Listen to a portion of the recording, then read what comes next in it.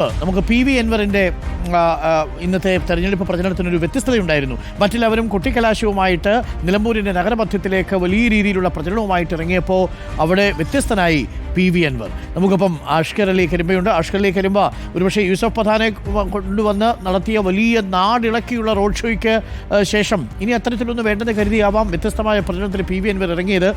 നഗരം കൊട്ടിക്കലാശത്തിൻ്റെ ആവേശത്തിലായിരുന്നപ്പോൾ P V Anwar vote ചോദിക്കാനായി ഓരോ വോട്ടർമാരെടുത്തും ചെല്ലുന്ന കാഴ്ച കണ്ടു.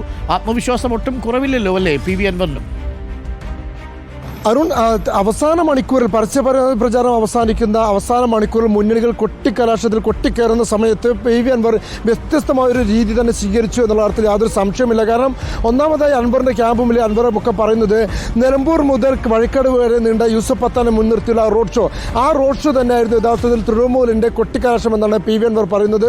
അതുകൊണ്ട് ഇനിയൊരു കൊട്ടിക്കലാശത്തിൻ്റെ ആവശ്യമില്ല. അങ്ങനെ കൊട്ടിക്കലാശം ഇനി നടത്താൻ പോകുന്നുണ്ട്. അത് 19 വോട്ട് ചെയ്ത് കഴിഞ്ഞും 23 വോട്ട് എണ്ണുമ്പോഴുമാണ് താൻ ഇന്നൊരു കൊട്ടിക്കലാശം നടത്താൻ പോകുന്നത് എന്നാണ് പി വി അൻവർ പറയുന്നത്. അത്രയേറെ ആത്മവിശ്വാസത്തിൽ തന്നെയായിരുന്നു പി വി അൻവറിൻ്റെ ഇന്നത്തെയും പ്രതികരണങ്ങൾ.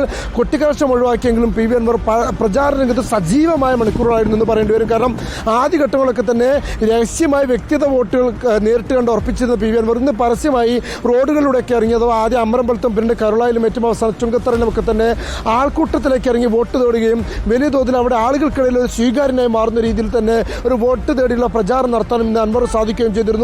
അത്തരത്തിലുള്ള ഒരു വോട്ട് ഉറപ്പിച്ചുകൊണ്ടുള്ള രീതി അവസാന മണിക്കൂറുകളിൽ പരസ്യ പ്രചാരണം അവസാനിക്കുന്ന അവസാന മണിക്കൂറുകളിൽ നേരിട്ട് വോട്ടർമാരെ കണ്ട് വോട്ട് ഉറപ്പിച്ച് അത് തൻ്റെ പെട്ടിയിലേക്ക് തന്നെ ഉറപ്പുവരുത്തുന്ന രീതിയിലൊരു പ്രചാരണ രീതിയാണ് പി വി അൻവർ സ്വീകരിച്ചിരുന്നത്. സ്വാഭാവികമായും അതിൻ്റെ ഗുണം തനിക്ക് 23-ാം തീയതി ഉണ്ടാകുമെന്നുള്ളതാണ് പി വി അൻവറിൻ്റെ ആത്മവിശ്വാസം.